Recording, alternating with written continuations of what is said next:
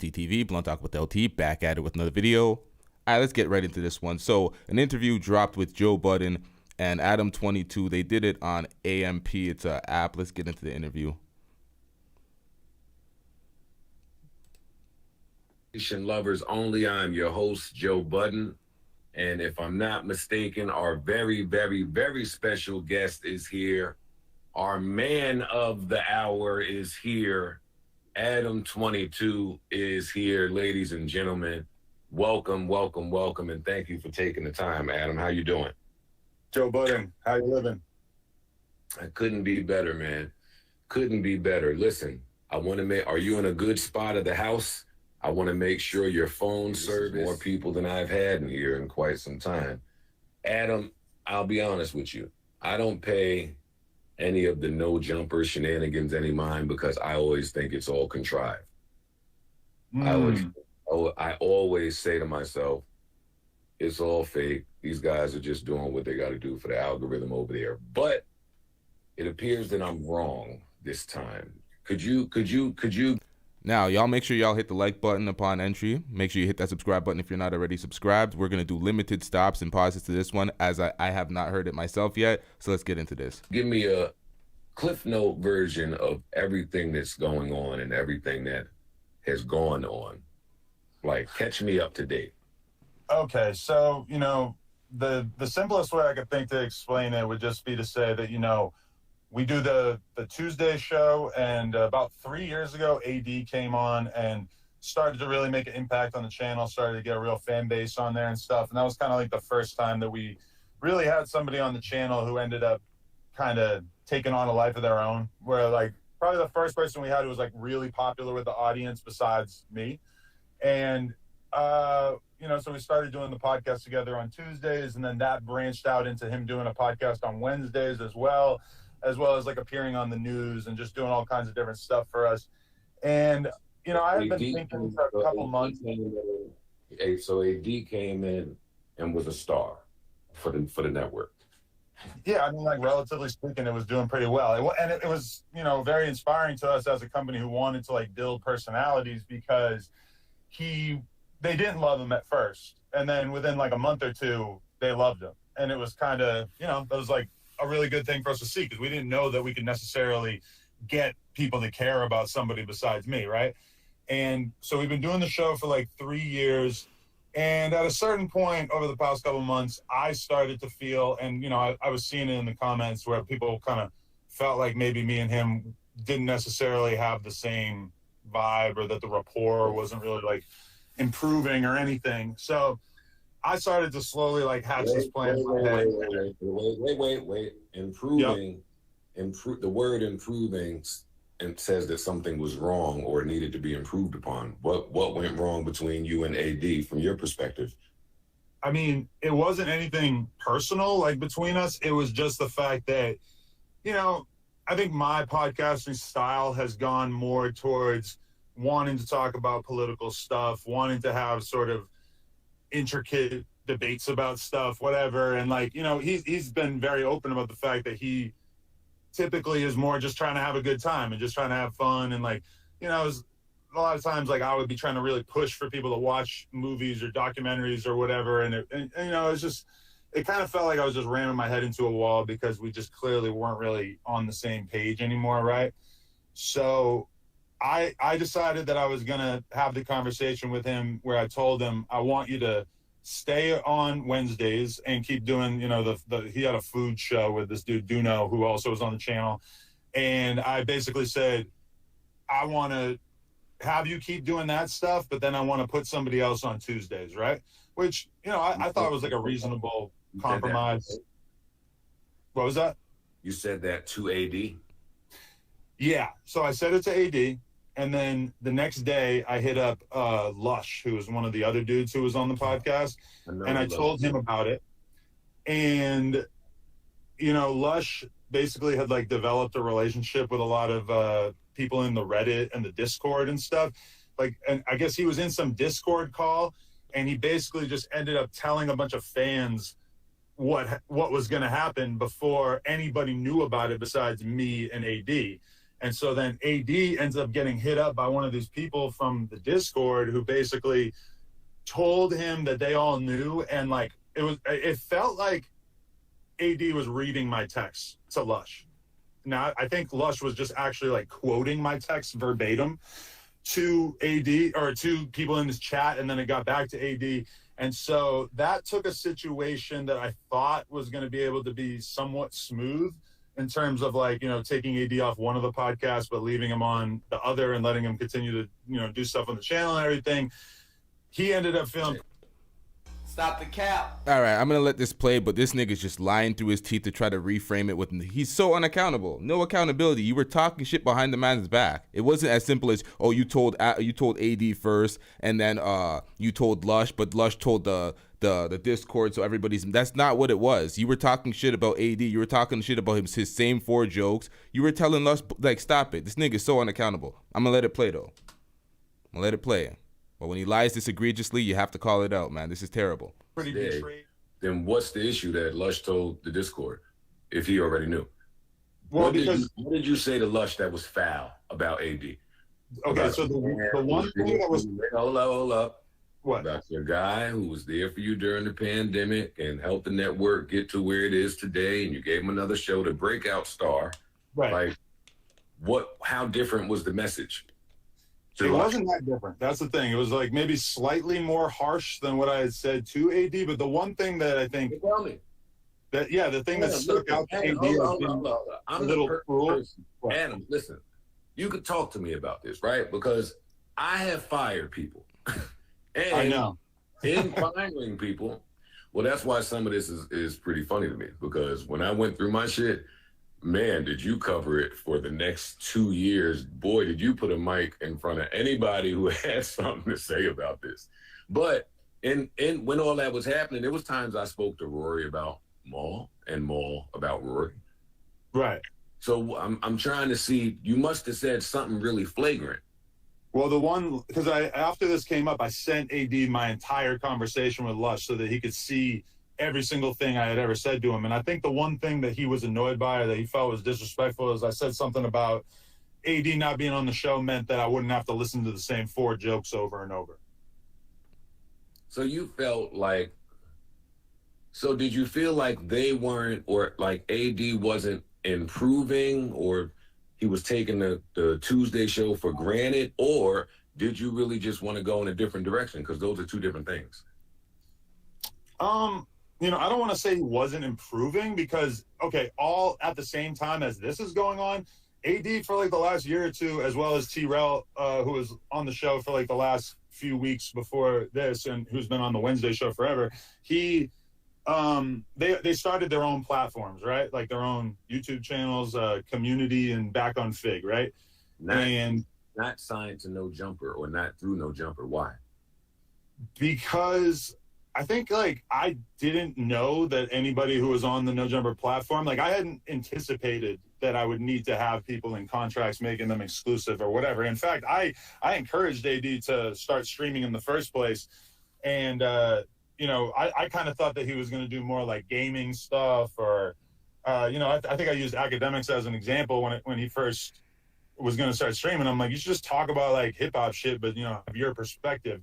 And I didn't really expect that would end up kind of, you know, like I'm really proud of them. I just want to make that clear. Like these guys, the fact that they were able to build their own platforms off of it is like amazing to me. And like, I'm very proud of them and I'm proud of the fact that we had any involvement in it. But yeah, I mean, I didn't really anticipate all this shit that would happen in terms of us kind of feeling like we were competing. And I heard Ak and AD talking yesterday. And AD even said that when they announced their live shows, because they have some upcoming live shows, and it's like literally in the same venue as the No Jumper live show that we did around a year ago. And AD even admitted that like when they announced those live shows that he kind of expected that at some point this was going to become an issue, just because for us as a business to have them kind of doing like all the same things that we're doing, I think that there was probably a shelf life on that. That doesn't make sense. Why not? Because if you're a network and you bring people on and attempt to develop them, then there shouldn't be a ceiling on that development. Like you're in content and they're in content, so naturally, it would have been the same thing, Joe. Wait, naturally, the people that come behind are going to follow a blueprint. So why wouldn't they be doing shows? Why wouldn't some of those venues be the same? No, totally. But I mean, at a certain point, want to prop them up. No, that's what I'm asking.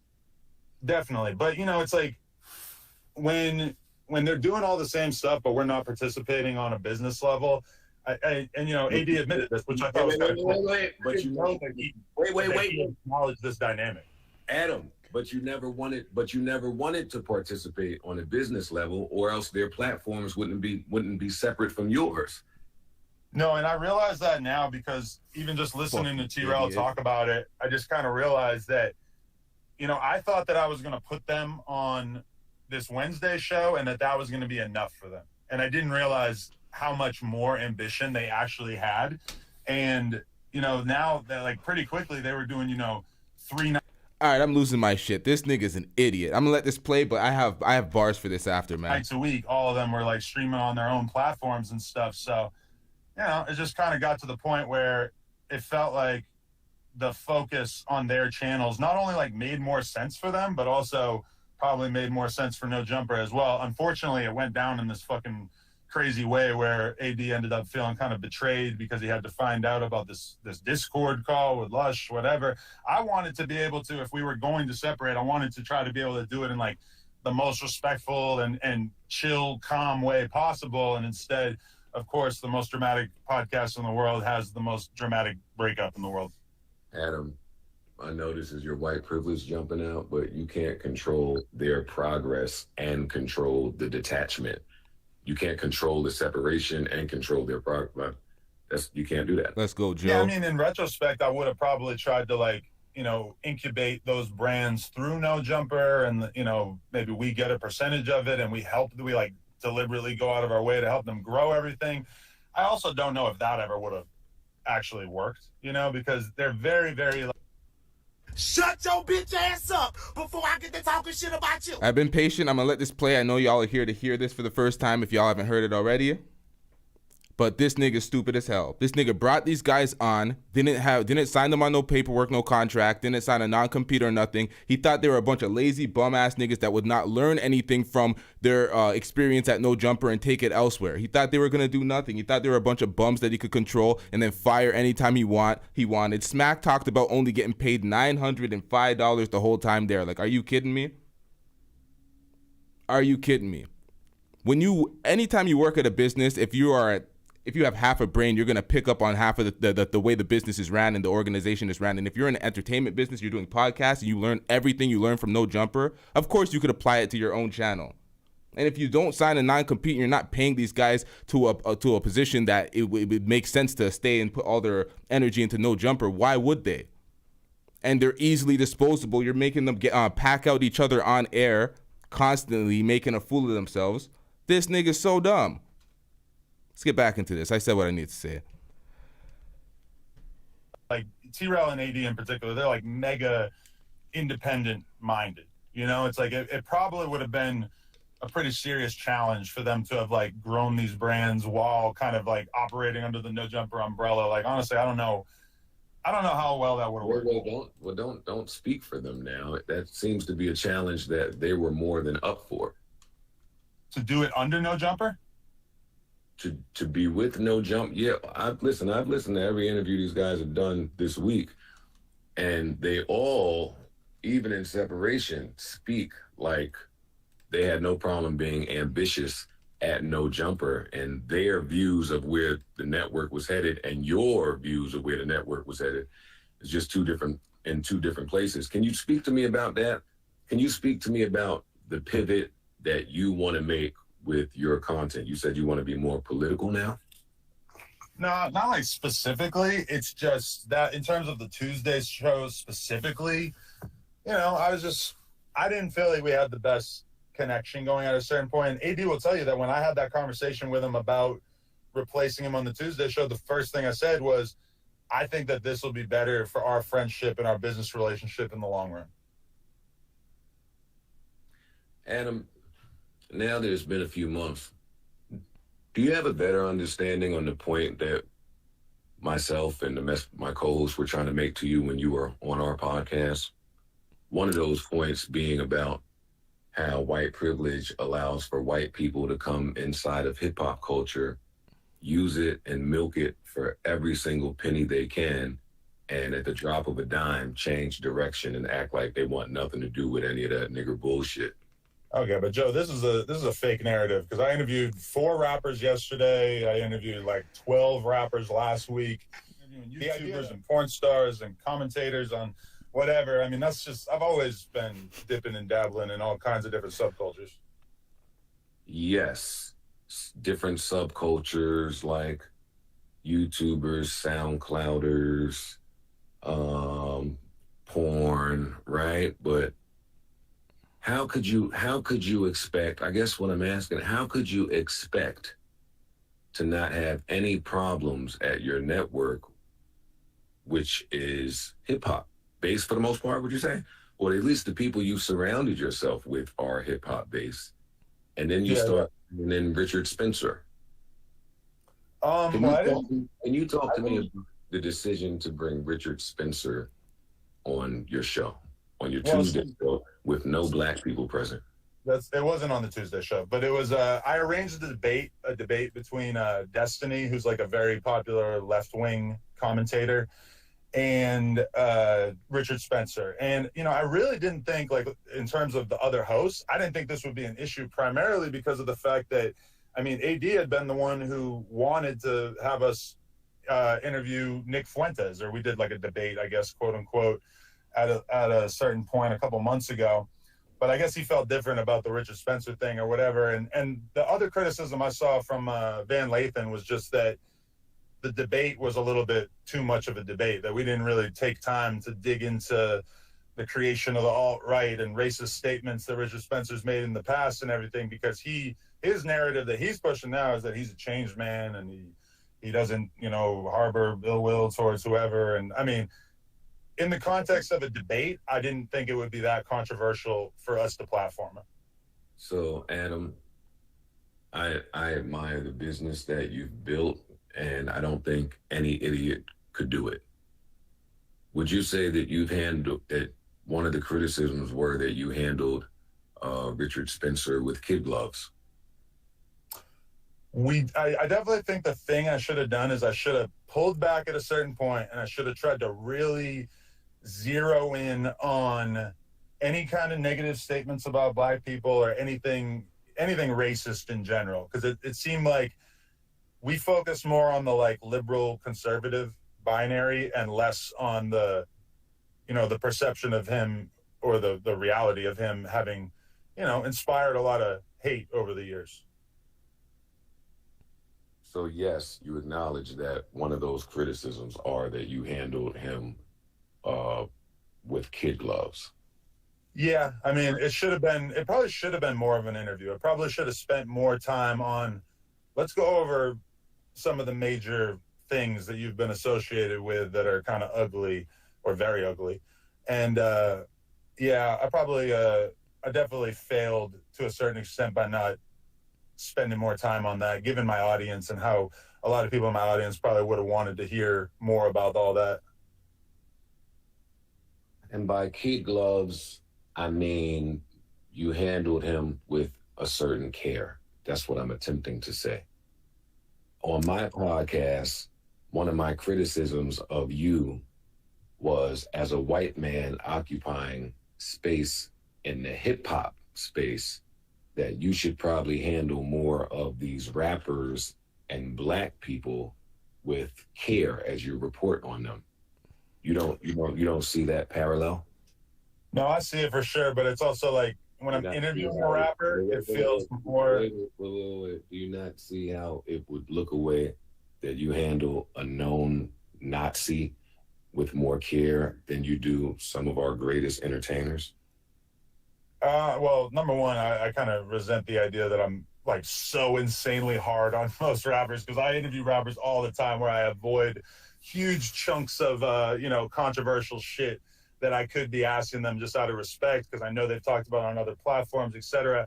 My only thing I can say to defend the tone of the Richard Spencer debate was that he didn't say anything racist during the debate necessarily, or at least I didn't really pick up on anything too major. That's awesome. Huh? That's awesome.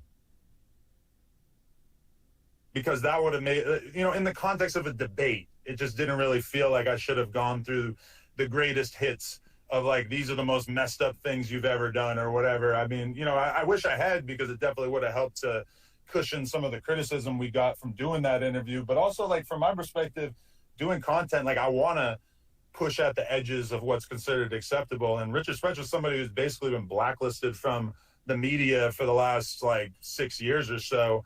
And the idea that I was going to get to put somebody who I consider probably one of the best minds on the left on camera with this guy, I mean, that was just, that to me, that was like an incredible opportunity. And I tried to pay Van Lathan to be on the podcast with me. I tried to holler at a few different people, but generally speaking, nobody was really feeling it. Did anyone at your network express their displeasure with that decision? And can you tell me? AD said something about it on his show, yeah. What did you say? AD and Lush called him out, not just AD. Lush called him out. He said he watched the entire thing. He said he agreed with Van Lathan. Half-truths are still cap, still lies when you're telling half-truth. Be thorough. Just that he was disappointed in the tone of it, basically. Okay, so I want to get back to Lush 1, because that was the first clip that I saw. I think you guys were on YouTube Live. See, Joe knows. Joe's doing a good job in this interview. Let's get it. Wherever you were, I saw you ask him to leave, and depending on how you feel, maybe y'all will work it out later. Do you take accountability in Lush sharing your... Y'all, let's get these likes up, y'all. Let's get these likes up. Let's get it. ...personal messages with people, or do you still put the majority of that on the fact that he shared those messages? I mean, just like you said before, like if there's a Joe Budden problem, and this is one of the things I said to him right away. I go, you think when the Joe Budden podcast broke up, you don't think that Joe and Parks had conversations about what was going to happen, quote unquote, behind Rory and Maul's back? I don't really feel like that was like as deceptive as it's being framed. I was just talking to somebody who I thought I had a close friendship with, who I thought had my back in terms of all this. And he not only lied to my face when I confronted him about it, but then he also, he did it in the first place. Like, you're sharing like insider shit with random fucking people that you don't even know on a voice. Adam, if you were cheating on Lena, would you tell Lush 1, who's very talkative, chatty patty personality, would you tell him this and let the world be privy to this information? Chat room. No accountability. This is crazy.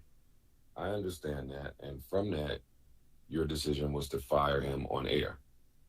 I didn't fire him on air. I just told him to get out of the building on air. It sounded like Stop a get the out cap. and don't come back unless I change my mind, but I won't change my mind type of thing. That might be fair.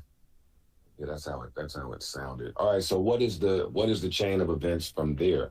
You fire Lush. Is that the first person to leave the company? Actually, because, basically, yeah. And then the AD conversation, I think, took place like the next day. In terms of him formally saying that he was going to do his own thing and all that. Okay, so one staffer leaving you can deal with. So you can deal with the exit of Lush. Then AD comes and says, dog, I'm off it. I can't fuck with it no more. So that's 2 gone, right? Yeah, and like him and T-Rell and Duno were all like kind of a package deal, and I always kind of knew that.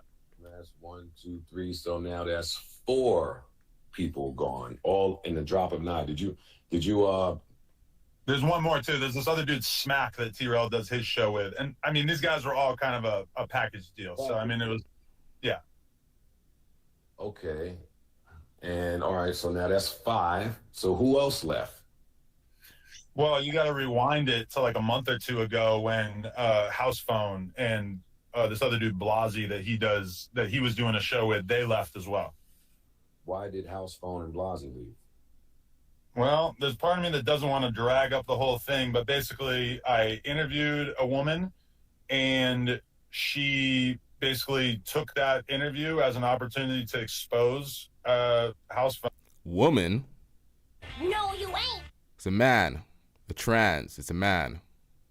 And then Oh, wait a minute. he basically took that interview as an opportunity to expose house phone.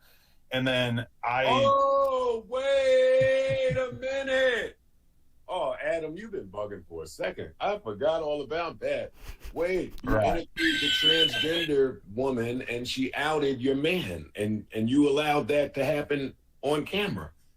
Well, full disclosure, I instructed the editors to edit it out, and one of the mentions of his name still made it in. And that We're not doing this. If y'all know, Flacco cut the stream last time when that the perv buster was there outing Adam. Recently, he cut that stream, didn't try to edit it to put it back up. He cut the entire stream. That stream's gone. So if he wanted to hide something, he would. He's cap.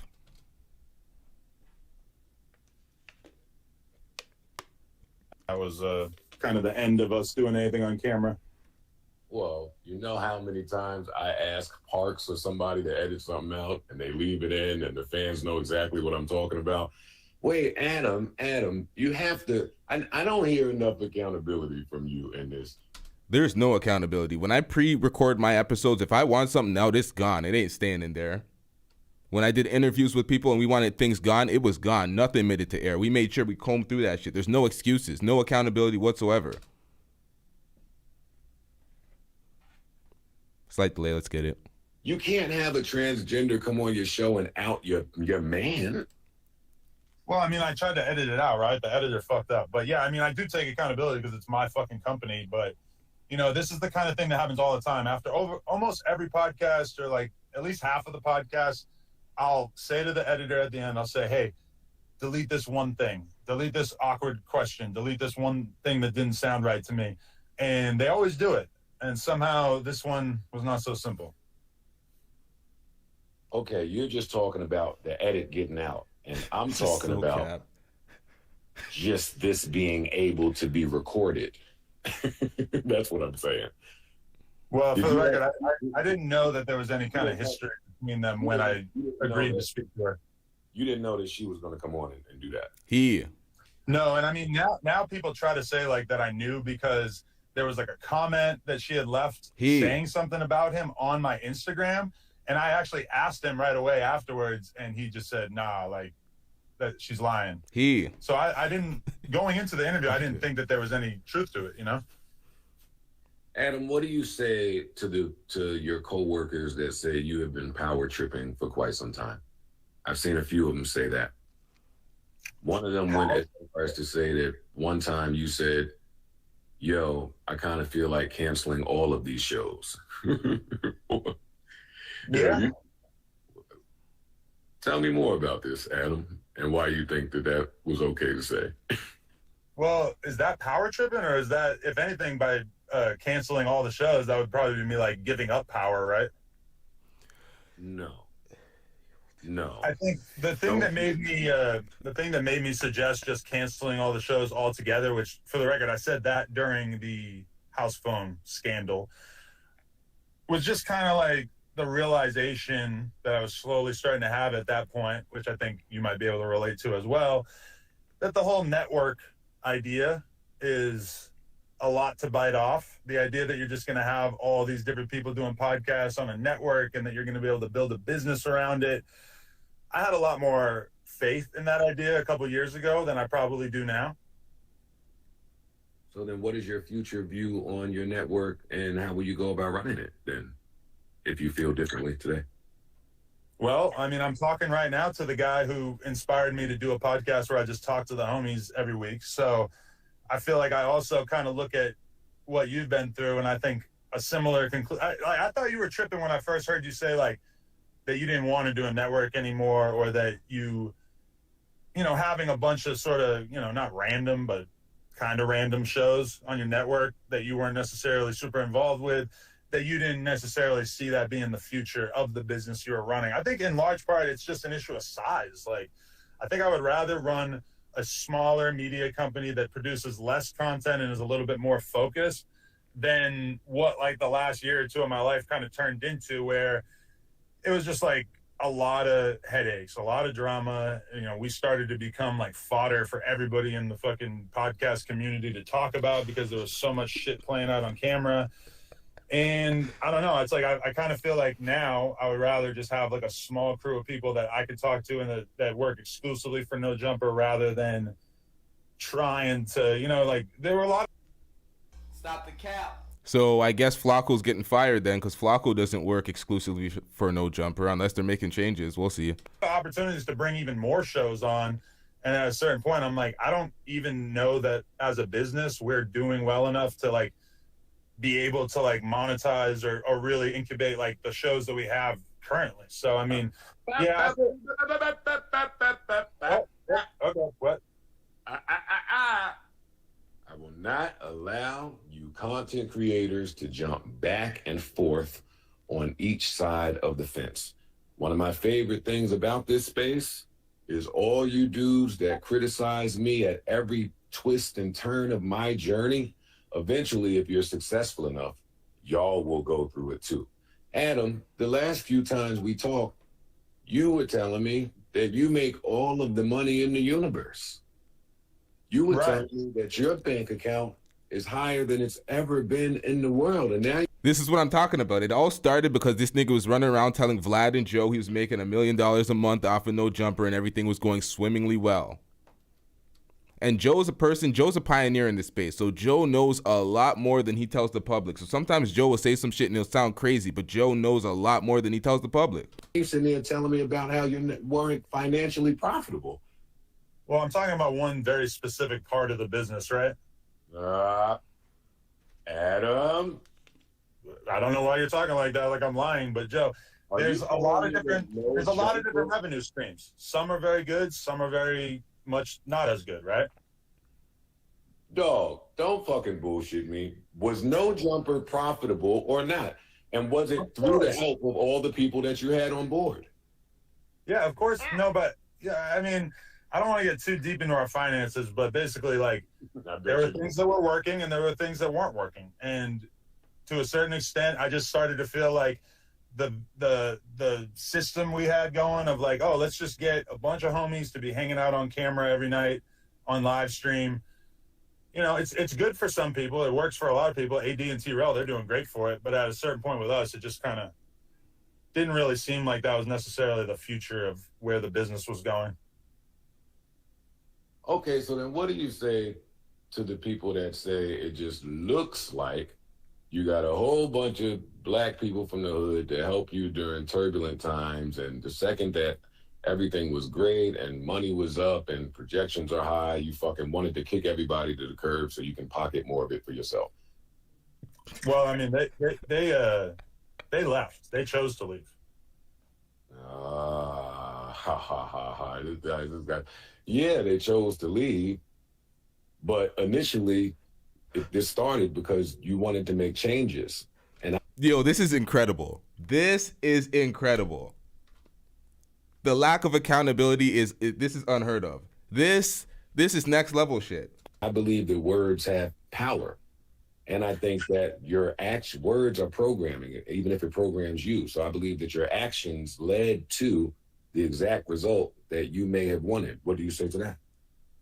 I wouldn't say the exact result that I wanted, because all I wanted to do was make some small incremental changes, you know, moving AD from one podcast to off and having him do the other stuff. That was what I was trying to accomplish, and did not expect at all that it would turn into this, you know, atomic bomb of everybody piecing out. So who's on the network right now? There's a bunch of people. You know, I did my podcast this week with my boy Court, and we had Bootleg Kev sub in. I'm not necessarily sure what we're going to be doing necessarily, but, you know, we still got Poetic Flacco, Almighty Suspect, Gina Views, Sharp. Oh, I forgot Suspect's still there. Y'all make sure you'll get the likes up, y'all. We trying to be living in the algorithm, y'all. Let's get the likes up. There's more too. They're gonna kill me for not remembering everybody, but there's definitely, my boy Icon. There's a few more, but we got a bunch of different people who are still doing stuff on the network. Oh, all right. So you didn't lose everybody. No, but it would be fair to say that a large percentage of the most popular hosts have gone their own way. Well, why do you have all these other people on the network if you want to be a smaller based media company that's a little more focused? Well, we still need people, right? We still got to have people. I still need people to talk to. We still need people to do the news and everything. We still got a bunch of people who are still excited about all this. Not if you don't want to run a network. If you don't want to run a network, then you don't need any of those people. Okay, when I say network, I'm kind of talking about like the thing you tried to do where it's like, okay, let's create 2 podcasts that Joe Budden is not on the same network, and let's just see how it does. Right now. Now that's cap. Joe got him. Joe caught him. Shout out to Joe. Joe caught him. Because if what he said is he wanted to take AD off the No Jumper show and just have him doing the Wednesday show. So it's the same network shit. This nigga's lying through his teeth. Joe got him. Joe got him. We have the news, which is kind of like a consistent round table with different personalities. And that's really like one of the things we have going that lets us try out different personalities, and see how people mesh with each other. But yeah, I mean, I would say that, my ambition isn't to have, 8 podcasts on the network. I feel like that would be a lot. Okay. I'm going to ask you something that I've been trying to find an answer for all morning long, and I just can't come up with it. Mm-hmm. Why would you have someone on your show called the Perv Busters? You got to ask Flacco that question. Flacco apparently was doing an interview with them. But you were there. I approached the studio because I noticed that the live stream that they were doing had been stopped and immediately privated. And I thought that was really weird. So I went over to that side of the building and said, what the fuck's going on? And that's when the little confrontation that you saw on camera took place. Do you think they plant that? Yeah. Do you think they were hired smear campaign people? I would doubt that. You know what bothered me about looking at that video? What?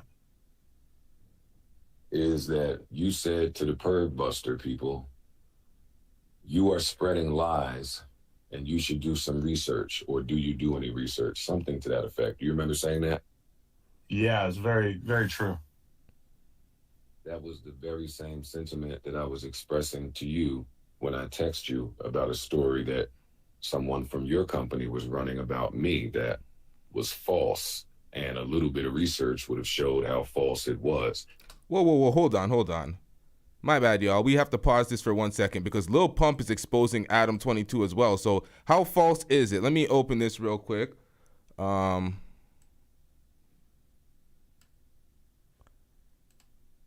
on, y'all. Let's get it. Fucking girls my age, right? Adam was fucking girls that was the same age as me when I was 16. Like, what's wrong with you, bro? You are a straight pedo. So, you know what? I'm gonna leave that over there. I already got my spook. Adam don't know how to say shit about me. Shout out to user.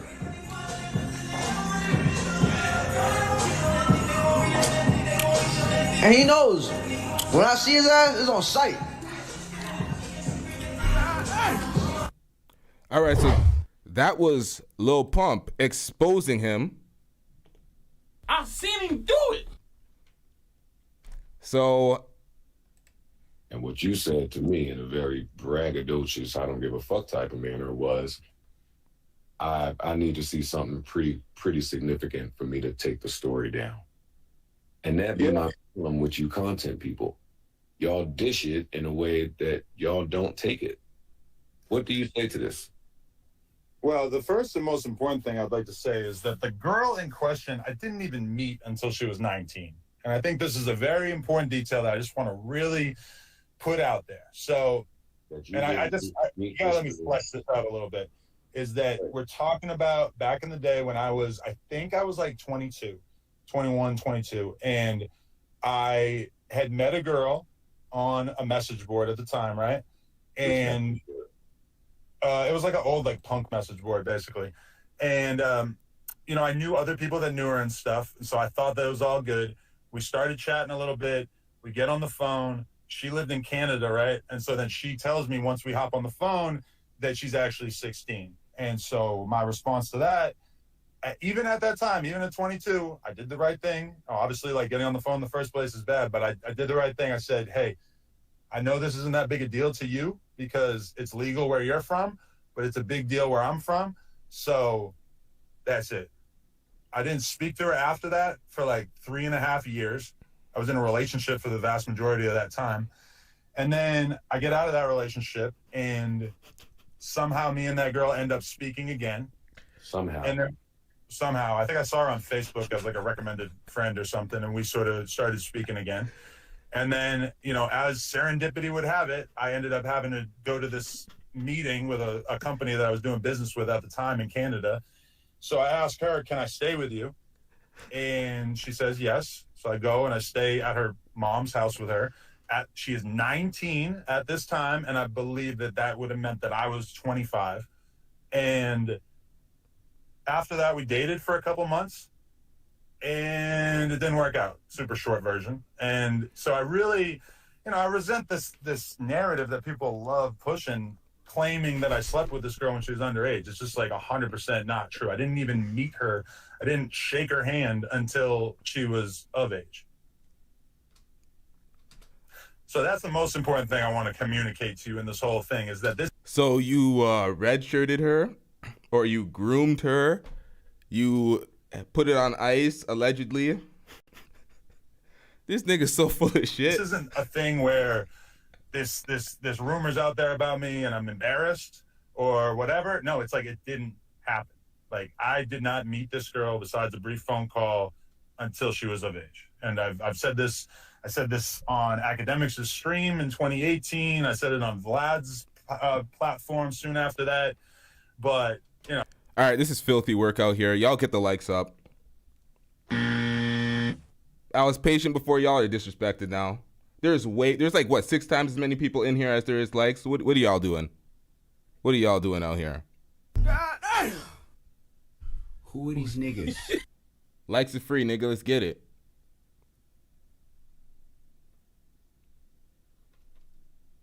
I feel like this is an important distinction because if you want to smear me as somebody who's just down to hook up with an underage person, it really doesn't hold up because I would hope that like anybody, if you somehow ended up in that position of being on the phone with somebody, which granted, it's embarrassing that the phone call even happened in the first place, right?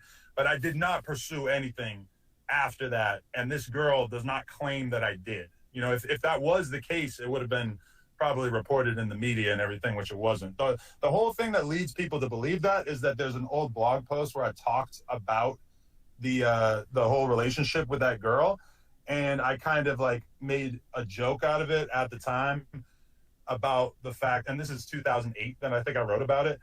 I made a joke about the fact that I, you know, had been pretty interested in her before I realized that she was underage, right? So.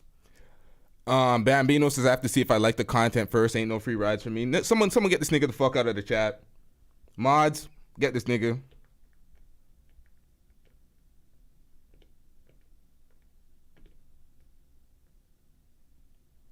Get him out of here! He's got no place in here! Get rid of him! Okay. Clown ass nigga.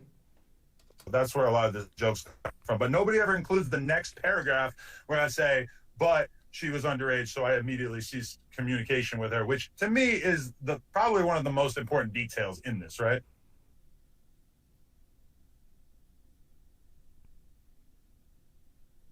Did you call that serendipity? Well, the fact that I ended up in her exact city that seemed kind of odd. Serendipity has probably too much of a positive context, but Adam, holy shit. Holy shit. well, it's just murder. Holy. You have a publicist. I do. I ain't gonna lie, I'm getting cooked. That's exactly what's going through Adam's head right now. When Joe asks you if you have a publicist, you have a PR team, like, what are you doing, my nigga? Like, what's going on out here? Okay. They should have told me not to use the word serendipity. Well, y'all should probably work on your response to this stuff. You should not say the word serendipity, number one. That's fair, but I'm just telling you what happened. I mean, what I just told you is exactly what happened. So I know, but I want to unpack a little bit of this because I never knew that you fucked the girl. I thought this was a girl that you spoke to who was 16 when you thought she was 19. You found out how old she was, and you disappeared, and you got away from that because that can be very dangerous. Well, that is true. Let me talk. Okay. Especially dealing with a girl that young, number one, but they don't know shit about shit. They don't even know when they're putting somebody in danger, according to you. You said the girl was from wherever she was from, so she didn't know what she was doing, but you knew what you were doing. You said, right. I knew what I was doing, so I got away from her. Well, right. You didn't get away from her if by the grace of God, she ends up back in your life while she's now of age. You're spending the night at her fucking mom's house. What type of white boy pervert shit what are you talking about? What is the pervert shit about dating somebody once they are legal and of age? Because you know what it sounds like, and I'm not saying this is what it is. Joe, I didn't say a word to her for 3.5 years in between that. You know, it's like we just sort of ended up waited for the girl. You waited for the girl, Adam. Huh? You waited for the girl. I didn't wait for anything. We just ended up you redshirted her, man. Later on. How did you reconnect later on? Or the Facebook algorithm put the girl in your bed? You didn't know at that point that you probably shouldn't fuck the girl that you were talking to while she was 16 years old?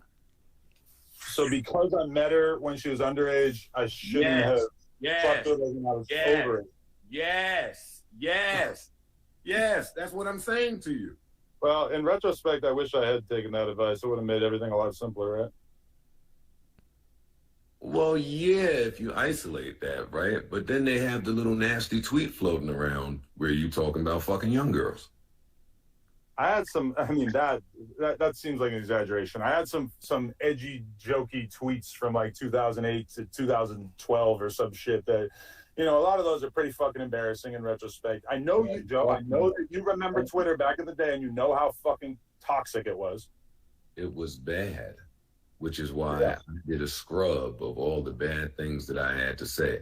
But I'm not going to use the word edgy when talking about fucking little girls. I don't think that that's edgy. Well, I think that's probably not 100% accurate. Do you want to quote any particular tweet? I mean, I'm talking to you, so I don't want to pull up the tweet, but you know the tweet exists and you know it's running around. Well, yeah, there's definitely some bad jokes from that era of my life. Come on out, you rapist! For sure. You don't still talk to this girl, do you? No, I haven't seen her since, I don't know, 2009, maybe. Are you aware that there are communities of legal adult men who are into that type of shit? I mean, I don't know anything about that, but yeah, probably.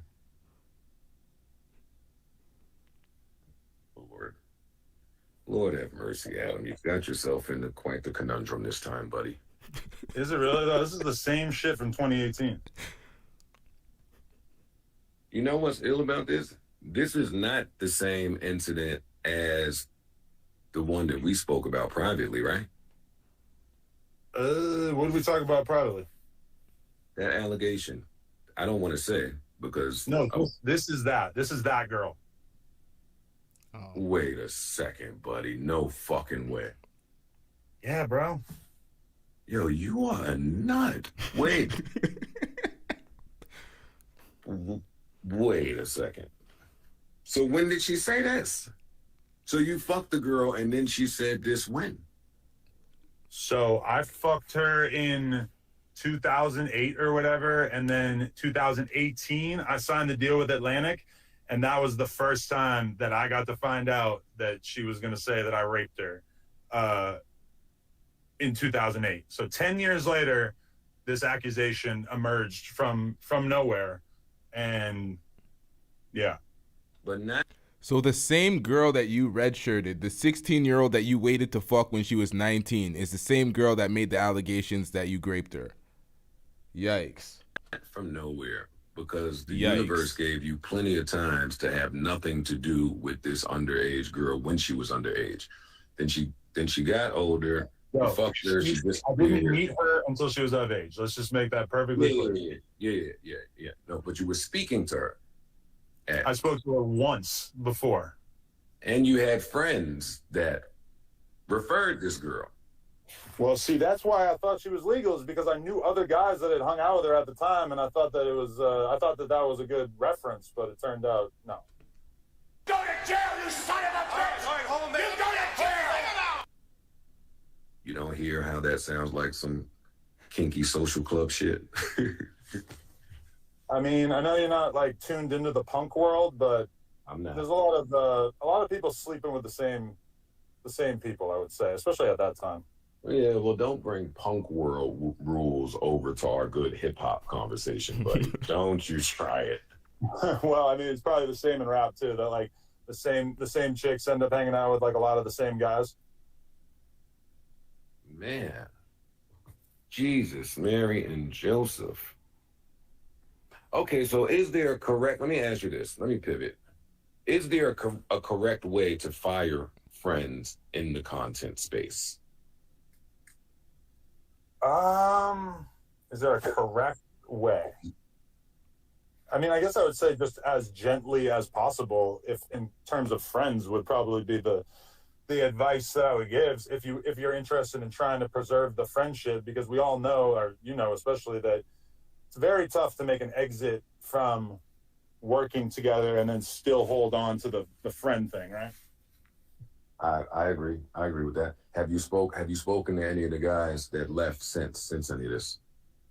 Yeah. We've had some very cordial conversations over the course of the past couple of days. So I'm not, I really feel like probably I'm not trying to like immediately be all up in their shit or whatever, but I feel like there's probably a pretty good chance that we all hang out in the near future, and that it doesn't really seem as big as it seems right now. It's not like even with AD, our conversation yesterday has just made it clear. He's like, I still think of you as a brother. I'll never talk down on you. And I said, I appreciate that, because I don't think nothing occurred between us that was so big that we couldn't get past it. I feel like, if anything, it just made more sense for them to do their own thing business-wise. And, I wish them well, honestly. It's not something that I begrudge them for. I'm actually really happy to see them doing their own thing. And even though I wish that I had been able to incubate it better, I feel like I know a lot more now in terms of how I'll approach this kind of thing in the future. Got it. Do you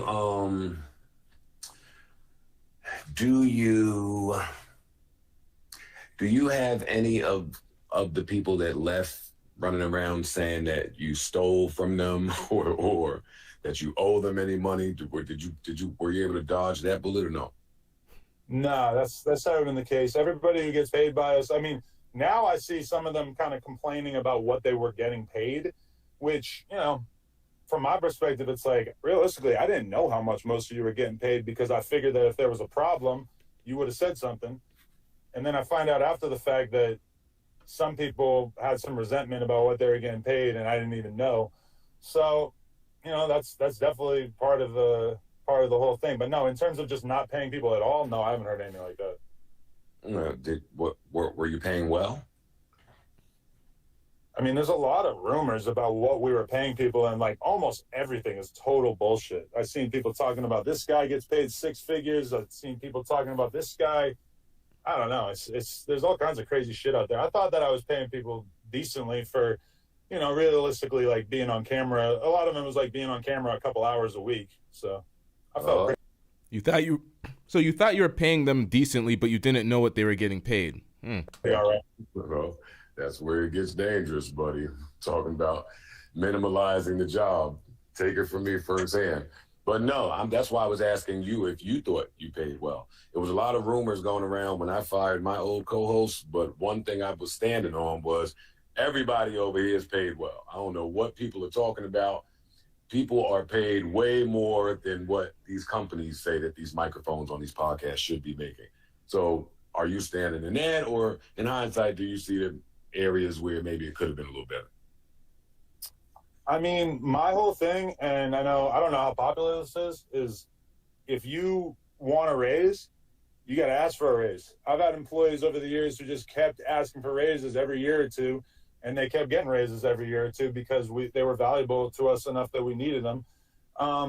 So I don't really understand how somebody could like complain about the pay if they weren't like trying to get paid more, That is true. That's the point I'm going to give him. If you wanted to get paid more and you were mad about what you were getting paid, you should say something. You shouldn't just take it like a bitch. Yeah. You said you spoke to these guys. Any conversations about maybe bringing any of them back? A closure conversation? Well, AD did say that he would be happy to come back on the platform at some point if we wanted to have a conversation or whatever. So I'll probably take him up on that at some point. But in terms of doing consistent stuff on camera, I kind of feel like it's probably best that we have some kind of, division between whatever they're building or whatever I've built. All right. Tell me what you've learned from all of this. Or a few things that you've learned from all of this. Well, I think the biggest thing is that you got to lay down pretty strict boundaries early on in a relationship like this, I think, and you can't just let it go wild. I feel like, the whole drama element, I kept seeing people refer to us as like the Jerry Springer of hip hop YouTube. And as much as you said that you thought that a lot of that shit was fake and scripted, I've never faked anything or scripted anything with these guys. I can't say that they've never scripted anything on their own because there's definitely been some fake fights that weren't actually fights that happened on the channel a while back. But no, I've never approached it like that. And I feel like, where I'm at now, it kind of feels like, your first girlfriend when you're young versus once you've had 10 or 20 girlfriends. You're just going to know how to have a healthy relationship a lot better once you've got some experience under your belt, right? I would hope so. Stop it. Get some help. Yeah, Lena's actively pushing you to shoot OnlyFans content with other men because it works best for her schedule. So, yeah, healthy relationship. Oh, yes. The camera loves your nastiness. So, I feel much more equipped to build something, to build a cast of characters and everything. It sucks that I wasn't able to, do it with these guys. But, ultimately, yeah, I feel like even listening to T-Rell talk about how he wanted to do everything under no jumper, but then he didn't really feel like we were offering enough or that we were in terms of content, not money, but he didn't feel like we were motivated enough to really build out a full content slate with him. And I mean, I think he's probably got the most potential realistically. He's just been going crazy. The views on his Back on Fig streams are crazy. And, if I was to be in that if I could turn the clock back a year right now, I would have definitely said okay, I recognize this motivation that this person has, and I want to jump in there and I want to fucking, embrace them as much as possible. Sometimes with me moving so fast and doing so many fucking interviews and everything, it's just, I don't know. I didn't have enough of my eye on the ball to realize what I had in that moment. And, I can't fully blame myself because that was such a new thing to me. And now I just feel like I have like a way better perspective on it. All right. All right, well, I hope you don't get yourself into too much trouble out here, young man. How much of No Jumpers content will you actually participate in from this point moving forward? Like, how much of the network do you have to put on your shoulders and carry right now? Because for a second, it looked like you were successfully segueing out of any of that. No, I mean, all the interviews and stuff have always been like, 80 to 90% me. Sometimes I have the other guys co-host and everything. T-Rell was doing a bunch of interviews for a while. And then the Tuesday show has always kind of been me leading it for the most part. I don't know. I mean, I guess like my main thing is that I think I realized that I'm not, desperately trying to grow this thing. Like I want to do something solid and consistent that I'm happy with. And, I don't necessarily feel like we need to have, 5 live shows a week or whatever. I feel like at this point, I'm perfectly happy to, slow it down a little bit and really try to focus on finding some more co-hosts that we are happy with and just sort of keep building from there. I'm not trying to like compete with the view counts that we were doing 6 months ago or a year ago or whatever.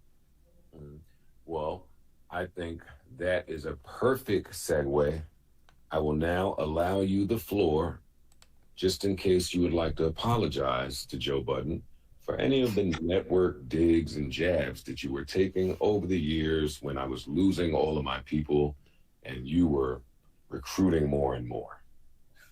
Well, so I think my main thing that I said at the time, and I guess you could just tell me if you agree with it, my main thing was... You could say, Joe, damn, I didn't even see all that shit you was going through.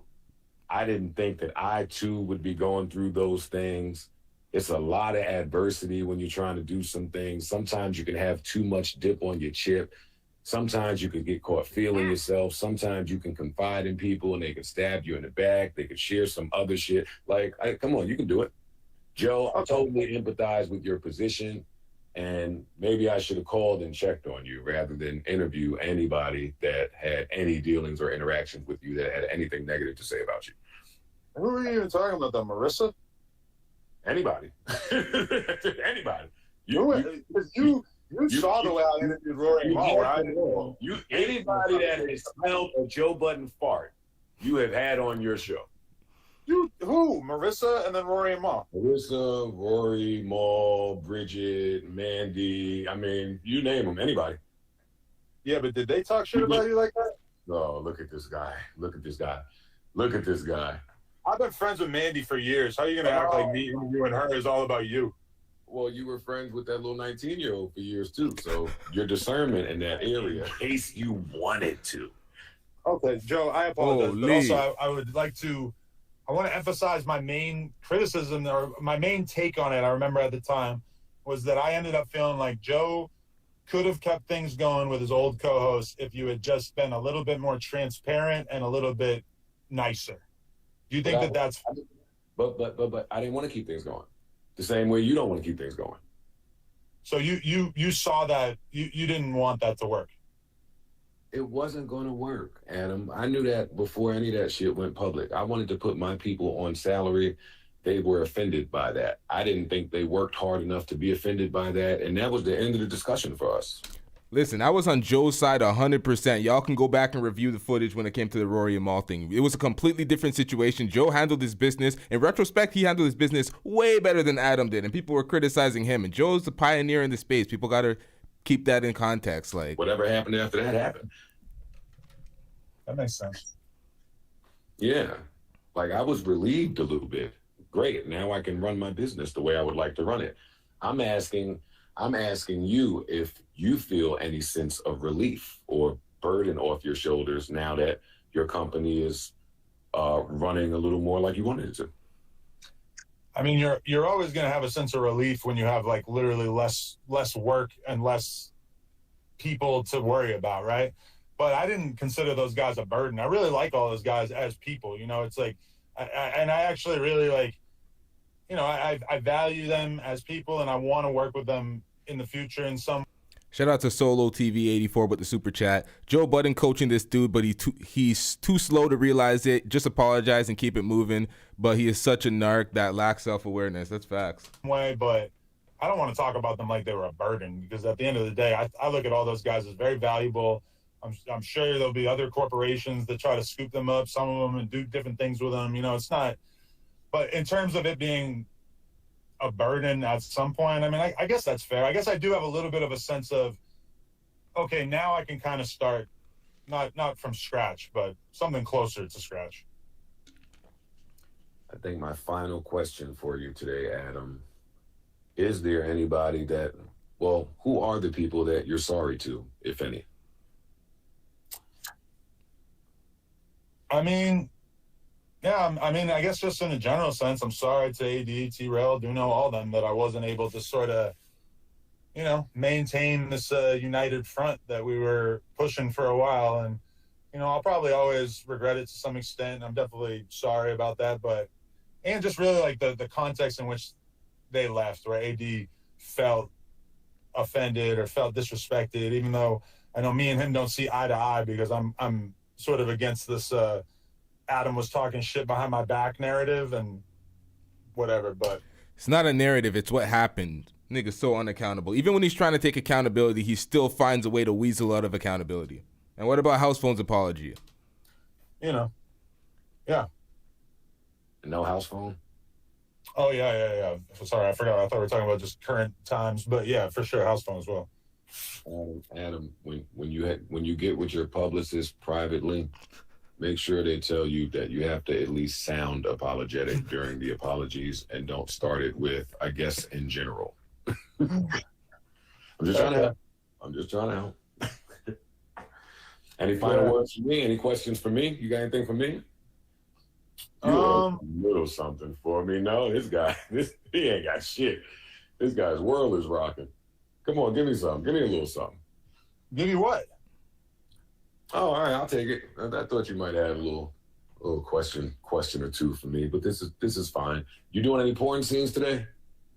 That's literally what I'm doing, like before and after this phone call. Yeah. Oh my God! Wow, that must be great. Ruin these guys and then go fuck. Holy shit! This guy's the man. Adam, I guess I have a question though. Like, what did you learn from doing the 2 girl-focused podcasts on your channel that didn't really work out? Like, do you look at that now and think that was a pretty disastrous idea, or do you think that it could have worked? I don't think it was a disastrous idea at all. Actually, Bridget and Mandy were number 2 in the hip hop podcast currently as we speak on Apple, or at least they were 2 days ago. So that was a very successful podcast. Right, but they had to go elsewhere at some point, right? Do you think that like you trying to be the place where they started their podcast wasn't necessarily the best idea? No, I think it was the best idea. I didn't go about it the best way, but they started with me and then they grew to be somewhere else. And I still participate as a co-creator of the podcast. I am not staffed well enough to be able to grow and be responsible for content creators' dreams and aspirations every step of the way. That wasn't ever my vision for me. Yeah, I feel that. But I don't think I want to be, like you said, an incubator, yes. But keeping all of these shows with me for an eternity, that's just a lot of responsibility. Okay, yeah, I like it. We should talk more off camera, because I got deep in the weeds questions as well. Yeah, let's talk off camera where you can really curse these guys out to me like I know you want to. I honestly, like, if I was having the conversation with you off camera, I would continue to tell you how disappointed I was in Lush not being able to keep his fucking big mouth shut. But besides that, we don't care. Let me tell you, We don't care. I got nothing against these guys. That one really irked you, but you're the one that ran your mouth to him. Yeah, I ran my mouth to somebody who I thought was a good friend that was going to be able to not go tell a Discord full of people. Yeah, but you thought the guy was a good friend, and you were talking to him about somebody that thought they were a good friend to you. Right. Well, I mean, when you're podcasting, it's business as well, right? You know, you're strategizing who's going to work on what show, et cetera. You know, I thought that was the kind of conversation I could have with him without him having to tell the world. No, it's true. I get it. Any, well, are you and Lush good now? Have y'all talked since then? No. Oh, you don't want to talk now? I mean, I think at that point it's pretty clear. Like, okay, this is not the kind of person that I could really have any kind of relationship with. Yeah, you ain't like that shit. All right, Lush. Well, Adam's not talking to you, buddy. You're blue. It's probably right. It feels great to look at someone else in the hot seat while you're not there. Like, it does feel good. I won't lie to you. But of course, I hope you get through this, man. I do. I can't wait to see the direction of your platform. You're not interviewing the Nazi people anymore, are you? I mean, I feel like we interviewed the two biggest Nazis. I don't know where you really go from there. Not interviewed, but debated with. Well, something tells me you'll figure out exactly where to go from there. We'll make our own Nazi. We'll find some guy and just be like, hey, turn up. Oh, man. Adam, just kidding, Joe. Just kidding. No, it's fine. Thank you, Adam. I appreciate you taking the time. Go enjoy your sex scene, buddy. Will do. I hope you're there for the next one. My man, I won't be there. You will. Appreciate you. All right, buddy. Holy shit. Holy shit. I don't even know what to say besides holy shit. Wow. Nah, this was gold. Joe knew this was gold. That's why he was perplexed at the end. Like, holy shit. What the fuck was this? This was gold on the AMP app. They got that interview off. Let me close this dusty ass Discord. Y'all join the Discord. The link is in the description. It's the easiest way and the only way to call into the show. Currently, I don't have the other link up. But we're pretty much going to wrap up here. Make sure y'all subscribe. Hit the notification bell to catch all the upcoming live streams. We got a bunch on the way. Joe was really trying to train him. Joe was really trying to help this nigga. He really needs a PR team. He's putting his foot in his mouth at every corner, lying through his teeth. There's going to be so much clips and material here to go over, but yikes. This is bad for Adam. I said a while ago, Adam needs to take a 3 week vacation. He needs some time off. He's moving too fast. He needs some time to relax and put some things into perspective because he's burning down the whole house of No Jumper right now. It's getting real bad. There's points that I wanted to interject, but I don't even have them anymore. I didn't want to sabotage the reaction to the content we got going there. Good interview by Joe. Yeah, we out. Yeah.